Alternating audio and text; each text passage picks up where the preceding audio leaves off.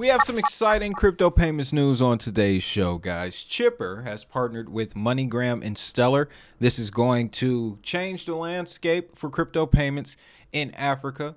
And we're also going to talk about the application of the year, in my opinion, for Hedera in karate combat. They just launched a layer 2 that will run on Hedera. On top of that, guys, just going to share some more developments from the crypto space with you. If you're new, my name is Wade. I want to welcome you to another edition of the DHN Crypto Podcast. Now, just to completely obliterate the fourth wall, I'm actually at a dentist appointment with my son while you're watching this.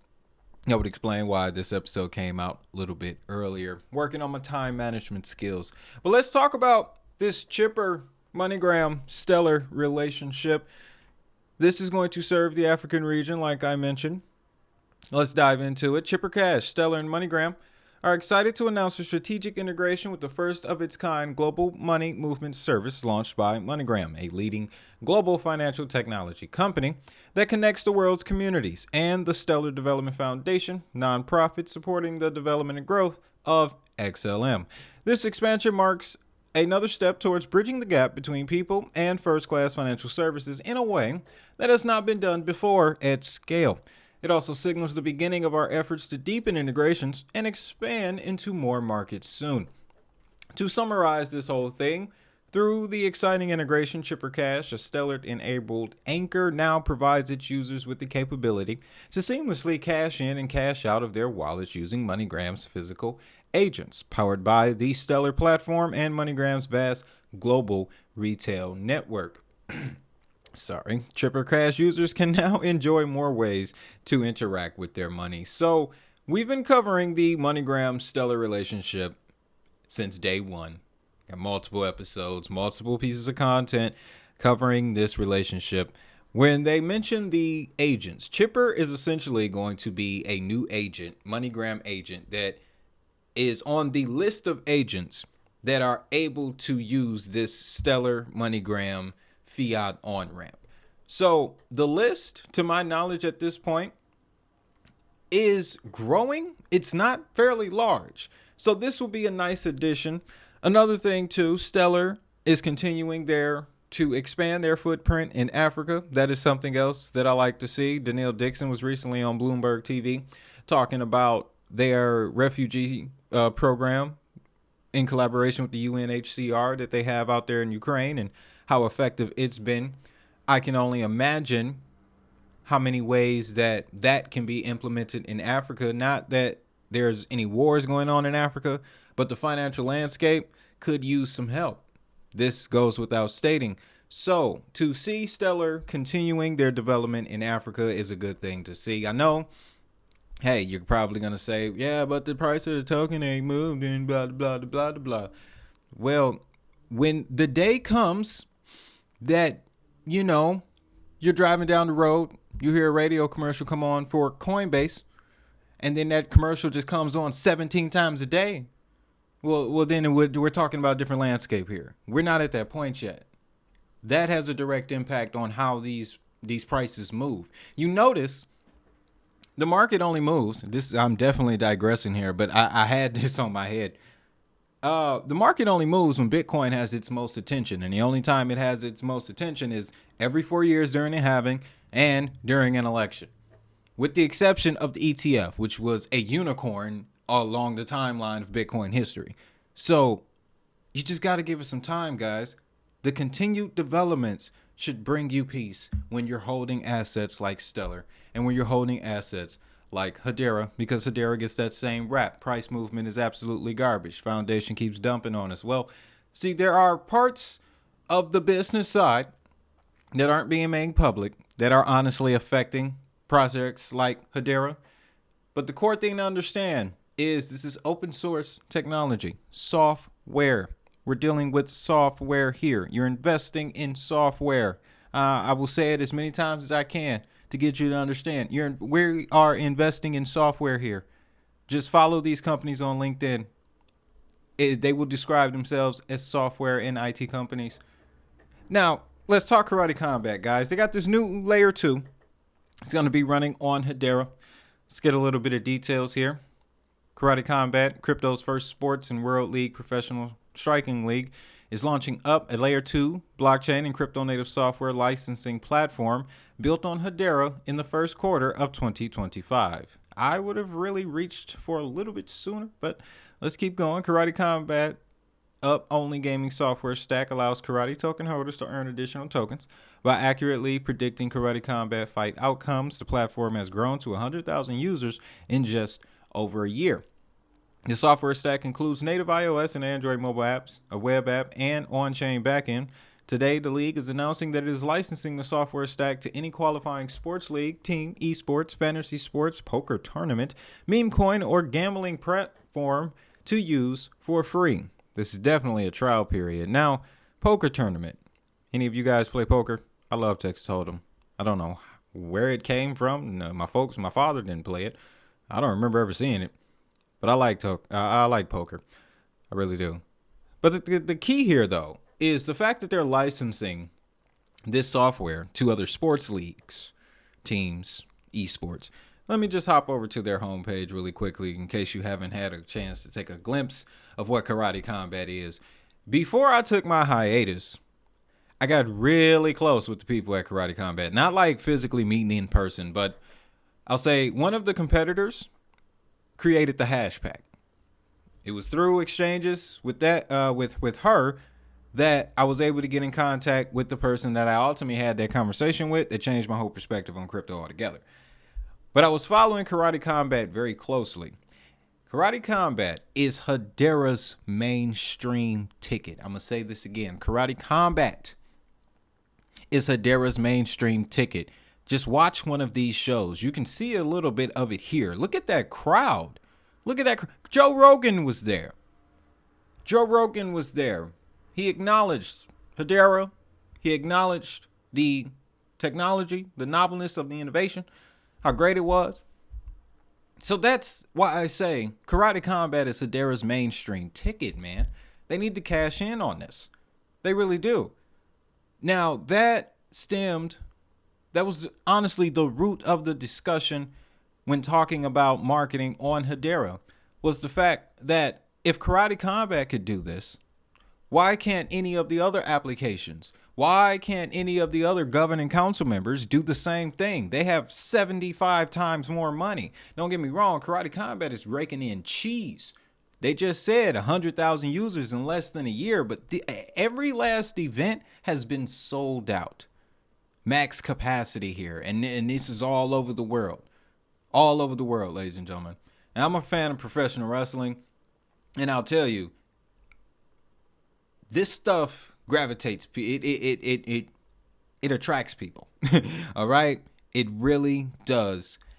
And I can't get over the point of this being Hedera's mainstream ticket and any other project that may want to get along with it. The fact that they're licensing that tech stack to sports leagues, teams, esports teams, fantasy sports. You know DraftKings is looking at that. They're studying this very closely. So this particular development won't have implications. Well, I can't say that. This will have a direct implication on Hedera because of how Karate Combat markets Hedera. Everything that Karate Combat does is running on Hedera. Everything about it, from top to bottom. This layer 2 can be looked at as like what Dovu did on Hedera, or I want to say Saucer Swap, because I'm not sure if Saucer Swap has gone the route of having its own chain yet. I do know they have a very close relationship with Ethereum. They may be in ERC20 as well. No, I'm thinking about Stater Labs. It is Saucer Swap, the one that's Hedera native. So you can look at those two as an example, Saucer Swap, Dovu, as applications that built on Hedera that decide to offshoot and create their own token. In this case, those would be Hedera tokens. This is going to be a layer 2 on top of Hedera. So Karate Combat is, again, taking things to the next level. All the more reason why I say Karate Combat is Hedera's mainstream ticket. So, very interesting, very exciting, coming from the world of Stellar, coming from the world of Hedera. Now, as far as the rest of the crypto payment space, guys. Interesting headlines coming out this week. Want to share with you. VTAP. What is Visa's tokenized asset platform? Well, you remember that UDPN conversation we had a couple days ago? This is America's version.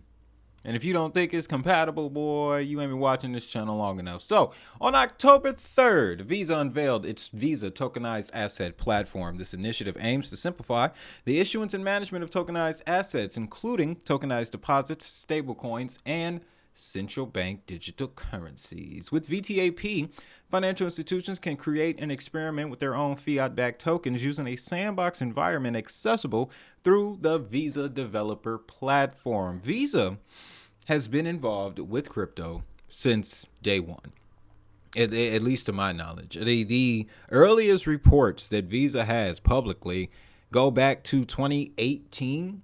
Early names that they worked with: Ethereum, Crypto.com. You can do the digging and find some very interesting connections to a list of projects that Visa has worked with in the past. 2023 was a banner year for Visa. They unveiled a number of applications that was really shortening the gap between traditional payment sector and crypto payments. They launched the stablecoin dashboard, which immediately sparked controversy in the crypto space because they seemed to have skewed data, and it was leaning more towards their U.S. counterpart in USDC. We won't get too deep into that. What catches my attention with this is all the way down at the bottom here. And as a matter of fact, shout out to Chainlink for posting this on LinkedIn. I would have not known about it. But what they talk about here, yes, under benefits. Bridging blockchains. The growing tokenized real-world assets ecosystem spans various permissioned and public blockchain networks. Visa aims to facilitate interoperability across them. For instance, banks using the VTAP platform could engage in multiple use cases and collaborate with partners and clients using either of these blockchain networks. It's getting clearer now. It's no longer crypto or blockchain is only for criminals. Nope. Visa, MasterCard, Swift, the International Monetary Fund, Citibank, JP Morgan, Bank of America, the bank up the street from your house. They're all interested in blockchain now. And Visa just created a portal, a dashboard, a website that these people could go to just plug and play, pick whichever blockchain they want. Now you have to ask yourself the question, well, who has been the closest to Visa? That is really a massive question that would add at least another 10 to 20 minutes to this episode, and I don't want to do that to you. But go through the channel. You will see that we have hit every time Visa popped up. We were right there on top of it. Like I said, their early research partners included Ethereum and Crypto.com. I'm pretty sure a number of you can find a Ripple and Visa connection. Stellar went more so on the MoneyGram side, waiting for a MasterCard and Visa relationship to appear. They also have Stripe in their back pocket. Stripe is very close with Visa. Stripe just reintroduced crypto payments. Stripe's founders and Jed McCaleb have a very close relationship. There's an interview that happened in 2020 where Stripe's founder said that as Stellar grows, it increases the likelihood of us adding them to their platform. Visa and Hedera, those connections might be a little bit tougher to find, but I'm sure they're out there. They're all working in the same direction here, guys. One thing that I freak out the most about, that I, get my kicks from, are patterns. You can call it weird, call it whatever you want, but patterns indicate behavior. And then you see trends. We're supposed to be investing for utility here. I think it's our job to spot these trends. So I'm definitely going to be digging more into this platform. May have an episode this Saturday about it. When looking at this, I am really like, man, this industry has come so far in 4 years, right? And people may think we've been waiting so long. Well, look at it like this. Between 2022 And January 1st of this year, that was the longest recorded bear market in history for crypto, at least in crypto. That was the longest bear market. I think it was 536 days. You made it through, didn't you? So let's keep going. Let's keep going, y'all. Look, I know I get emotionally invested in it. And it's not invested in these assets. It's invested in the space because it's the most amazing thing I've ever seen, even to this day. After all these years, it just keeps growing and keeps growing. It's kind of mind-blowing. But earlier this week, guys, I dropped a video on Algorand going over some case studies that I didn't get a chance to mention in this report from last weekend that we talked about. So check out that episode. And something else I want to drop on you before we get out of here, guys. In our members section, we've been talking about some top-level geopolitical transformation. This is not just in the United States, ladies and gentlemen. It's not just Ripple and the SEC. It's not just whether or not Ethereum should be a security. The rest of the world is moving on these technologies, and they're moving a lot faster than we are.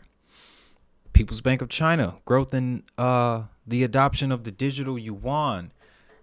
This digital Yuan, ladies and gentlemen, they didn't unveil it, but they tested it during the Olympics, and it was successful. And they've been on a run ever since. This digital Yuan was created in 2014. Let that sink in, 2014. And now it has reached 180 million wallets, processing 7.3 trillion yen in transactions during the first half of the year. The first half of the year.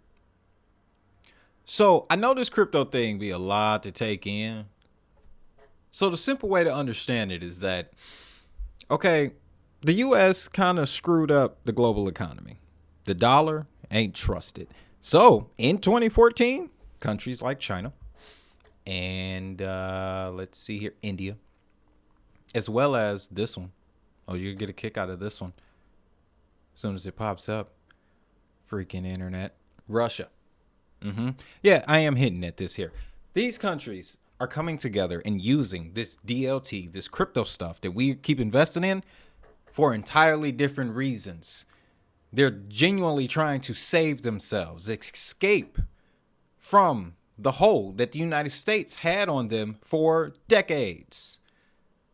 So it's like we're investing partway in their salvation. It really gets deep. That's why I said members only type of content, because as you can tell by the headlines, all of the BRICS members are moving in on these digital currencies. And you'll probably see a lot more headlines about them because on the 22nd through the 24th of this month, they have their annual BRICS summit. It's in Russia. And what this article is breaking down is essentially the fact that they may announce the BRICS Pay, which I did a whole episode about that as well. It's a blockchain-based DLT payment system that's interoperable with other blockchains. Whoa, wait a minute. Doesn't that sound like... And I'll just take it a step further and just go and type it in for you. Okay? Again, like I said, my perspective is to bring this to the real world, as close to the real world as I possibly can for you. Because I remember being in the space for the first time.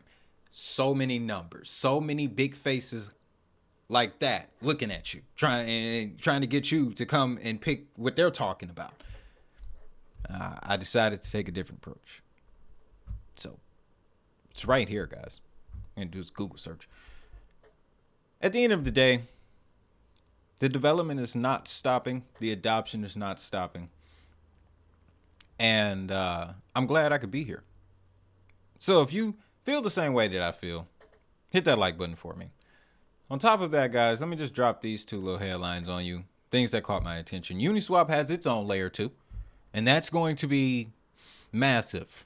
Because now, all of the money that Ethereum was making off of Uniswap is keeping that.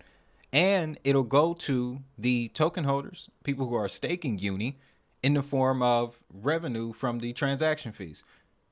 They plan to launch this, 2025? first Q1 of 2025, I believe. When that thing launches, whew, ETH's gonna crash.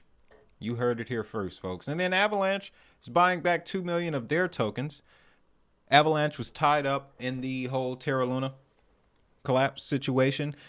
What happened with Terra Luna is that they were depending on other crypto assets to be their reserves during a time where the market was being destroyed. 2022, Dark Ages.